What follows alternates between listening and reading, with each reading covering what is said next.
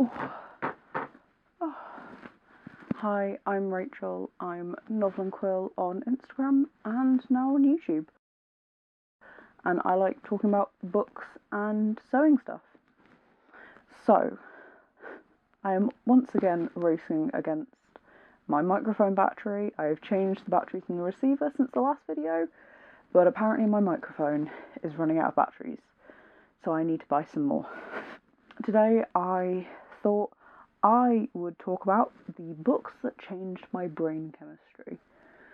Slightly different to my favourite books, because, don't get me wrong, I love all of the books I'm about to talk about. Some more than others, and some had their time with my brain, I think is the best description. So I'm also trying to remember what I was going to talk about for them for a while, because I planned this video about 2 months ago, and then because of various stuff, I haven't filmed it yet. So we will be looking at the rubbish notes on my phone. So we will start with my favourite book of all time, which feels ironic since I posted about it today, which tells you when I'm filming this versus when it comes out, which is not very far away. So we are going to talk about The Night Circus by Erin Morgenstern. I think I don't talk about this book enough for how much I hate saying this, but I feel like I'm going to say this several times, a profound effect on me, because I love it as both a reader and a writer. I think I've said this on numerous occasions, but it is one of the books that has always been able to get me out of a reading slump. It's a book that, opened my mind to actually writing. I think we've all had those... I have always grown up with creating stories, but this is one of the books that really introduced me to writing as a craft and how clever it can be, while also an absolutely amazing story. So, yes, book that changed my brain chemistry. Next up, we have The Inheritance Cycle, which is Eragon, Eldest, Brisinga, and Inheritance. I honestly think you can tell how much I've read this book by the state of this. This is my original copy of Brisinga, and oh, the corners are coming away. I should probably stop playing around with this then. I have a second copy of this, which I think is actually older than this copy, but it is in slightly bad nick. I have read, especially this book, so many times. Oh wow, this is in a really bad state. Anyway. Yeah, I have read this book series. Well, I say I've read this book series. I've read Eragon once. Didn't really enjoy the first book. Probably because I'd watched the film first and they are quite different. I still love the characters in the books better than I loved them in the film. But it is book 2 and book 3 that really hold my heart in this series. And also, I just remember reading the 4th book. So I read the first 3 a while after they came out, but I was still reading them and still aware of them when the 4th one came out, which is Inheritance. And I was in high school at the time, and I remember trying to smuggle it into my rucksack because I needed to read more, and my dad basically saying, no, that's a hardback, it's a pristine copy, you're going to destroy it by putting it in your rucksack. I haven't destroyed the hardback, it actually still is in pretty good nick, but it is a little battered around the corners, because yes, I did sneak it into my rucksack, and I did continue to read it at school. It's dragons. This is one of the original dragon books, and especially dragon riders and elves. I'd say it's my Lord of the Rings, because that is the series I've never actually managed to read. I love the films, but I've never managed to read Lord of the Rings, and this, I think, was my version. Next one. We are going to talk, I think, about Vicious, and you get to see my very pretty exclusive edition from Illumicrate. I think it was an Illumicrate edition, because this is actually one of the first presents my partner bought me, and it's signed. This series is one where I started realising my sexuality. which is another one that reason that did change my brain chemistry. So I identify as ace and grey romantic, aromantic, and Victor Vale is, I think canonically, or at least V. Schwab has said that he is asexual. And yeah, it made me realise more about myself, which I don't know if that's a good thing, because Victor Vale is not a sidekick, or a good guy, particularly. But I remember devouring this book in one evening, and which is ironic since I've never actually read Vengeful. I have read all of the comics, but I have never read the second book, so that is on my TBR to read, so maybe I should check that out.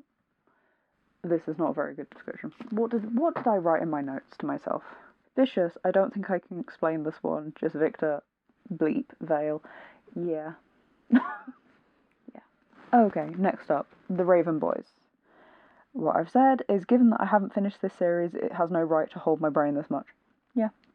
I have read this book several times. I read this book to begin with in high school and it didn't mesh with my brain, but I also absolutely loved the descriptions of places, especially, and just the descriptions, and I wasn't interested in the story the first time, I think because I was doing an art piece about art and words or something like that, and I wanted to use it, and the description of my brain has lost the word, the forest, that I cannot remember the name of. Why can't I remember the name of it? But anyway, the description of the hollow of the tree, I still remember that from the first time I read it, even though I didn't really enjoy it the first time, and now I love it, and Dream Thieves is still, I'm reading through it. Another pretty edition. This is also the Illumicrate exclusive edition, but it's A Marvellous Light by Freya Marske. I think I've talked about this book before, but it's just magical mazes, which will always hold my brain, and it reintroduced me to a different piece of history, because I love reading about Victorian. I have read a lot of Victorian historical romances. The fact this is queer, and magic. Yeah, I'm still absolutely obsessed with this. This is why I have the Illumicrate editions of all three of the books. I actually have 3 copies of A Marvellous Light. I need to acquire a paperback so I can actually read that copy. And yes, it holds a piece of my brain a lot. Next up is, I'm holding Silence, or Silence, but this is for the Hush Hush series. I think there's a couple now that kind of go together. So we have Hush Hush, we have Morganville Vampires, and an honourable mention to Twilight, because I don't own a copy of Twilight. I will later this year, because there's a collector's edition. But anyway, these defined my teenage years, because Patch Cypriano, I'm going to say I'm really pronouncing that wrong, I feel like. But anyway, I read Fallen. I read most of these ones at the time, but I probably couldn't reread this. This is one of the books that I said it doesn't fit in my favourite books, because I don't think I could reread this now, because I think I would have issues with Patch and Nora's relationship. But when I was reading it, it shaped what I enjoy reading. It shaped what I enjoy reading. Therefore changed my brain chemistry. Which leads us on to Morganville Vampires. This, I think, is one of the longest series I've ever read. This is a rather battered copy. I do have another one. Oh my god, what is in the book? I do have another copy of the first book. I have a few in this version. None of the other ones glow in the dark, because that glows in the dark on the edge. But anyway, yeah, this is one of the longest series I've actually managed to complete, and I say that I think there's one book in the middle of the series I didn't finish, or I didn't read because I couldn't get a hold of it. I'm just really proud that I managed to finish the series, and it's one that I would like to try and reread again. I think I would have issues because it is definitely YA, and I'm 27. YA isn't for me anymore. I get frustrated when they're teenagers, and that's not fair to the author, that's not fair to the characters, and that's not fair to the people who it's aimed at. It's also really sad that Rachel Caine isn't with us any longer. As vampires and YA, I think this is a series that doesn't get talked enough, because you had Vampire Academy, you had Twilight. Like, I don't think Morganville is talked about enough now, and it needs to be respected, because it's just YA vampire, and it's another one that shaped what I read today. Okay, next up is The Song of Achilles. This, I was trying to work it out the other day. I think it's this, and there's one other book, which I think is half bad, first introduced me to queer books. This is heartbreaking. It hurts. I think I will cry every time I read it, but I love it so much. I have 3 copies of this book. I think it is beautiful. I'm so glad I read it. The first time I read this was in 6th form, and I just remember curling myself up into a corner of the library at 6th form where none of my friends could find me, and I devoured it. It's why I'm actually happy I've got this copy, because this is the same cover that I read originally, and it's just beautiful, and I love it so much. And I'm so glad I picked it up and gave it a chance, because ironically I didn't realise what it was about when I first grabbed it off the shelf. I pretty much read every single book I was interested in my high school library, and I managed to do that mostly for 6th form. I didn't manage to touch Brandon Sanderson in 6th form, but I'm glad I picked up this one, because without reading this, I probably wouldn't have really been reading a lot of queer romances, which is ironic because I already knew that I wasn't straight at that point. Now, 2 books from my childhood, which once again shaped what I read, which is Inkheart, Cornelia, Funke. I remember reading this in primary school, and it's another one of those books that completely shapes what I love and read today. I would love to be a silver tongue. I also would hate being a silver tongue, because I hate reading things out loud. So I'd be fine. But also the creatures and just the story. It's a book that I would entirely recommend anybody read. I don't know if I want to give it another go and see whether I would be able to read it as a childhood book. But if you have young readers, or kids, cousins, nephews, nieces, brothers, sisters, whatever, I just think you should get them to read that, because it was I remember it as one of the first books I properly read. Like, you always have things that you read, but like, I just remember it's one of the ones I chose for myself and loved it. Which leads us on to Skulduggery Pleasant. I've just grabbed the first book in this series. I have all 10. I have the first phase, which I think goes up to 10, and I really hope that somebody will correct me if I'm wrong, because I know there's more and I need to read more. But I have read this book so many times, and it's amazing.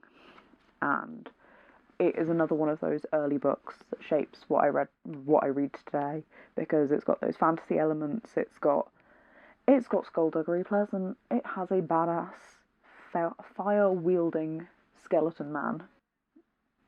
What else do you want? It's got Valkyrie Caine, a badass, at this point, child who grows. This is one of the series that grew with me. I'm probably one of the ages that I think it grew with, and I know that the second phase is a lot more for older readers, like adults, like YA, whereas this was I don't know whether it was middle grade. I don't actually entirely know what middle grade is, the upper and lower limits of that, but this one is definitely for younger readers, and it definitely grows with you. I would suggest it grows with you as a series, because it discusses some themes like mental illness, like dark themes, death and stuff, but it handles it in a way, I mean, I say it handles death, in this one, her uncle has died, and the family is dealing with the repercussions of that, and the estate, and what they have to do. And it's just, this is when I say trigger warning, or content warning. If you want an alternative to Harry Potter, this is my suggestion for you. I think it has all of the feels and vibes of that series, without the transphobia. And the homophobia, and the racist elements. So, although I did read that series, I actually read this with my age. I feel like that probably rounds us up. I'm really hoping that this is actually still filming, because I forgot to check whether it was 20 minutes or not. So we are going to check now. Oh, good news. Ow. I had 1 minute 50 left. I forgot to check the microphone, so hopefully that's fine. These are the 1, 2, 3, 4, 5, 6, 7, 8, 9, 10. How did I do that? 10. 2 months ago, Rachel was doing well. But these are the 10 books that changed my brain chemistry. Hopefully this video is interesting. If you did enjoy it, please consider giving me a follow. That would be cool. I try and post 1 bookish video a month and 1 sewing video a month. I will have to check the poll that I put out today, because I'm stuck on what to do for my June sewing video, but I have a feeling, or at least from before I started filming, that was going to be a 2-piece with wide leg palazzo trousers and a top that I need to draft. I feel like the top might look a little bit like this, but we will see that when I make it. But anyway, let's just do you like this. So, without further ado, these are the 10 books that changed my brain chemistry, and I hope you enjoyed watching. If you did, drop us a comment, tell us what books changed your brain chemistry, and leave a like.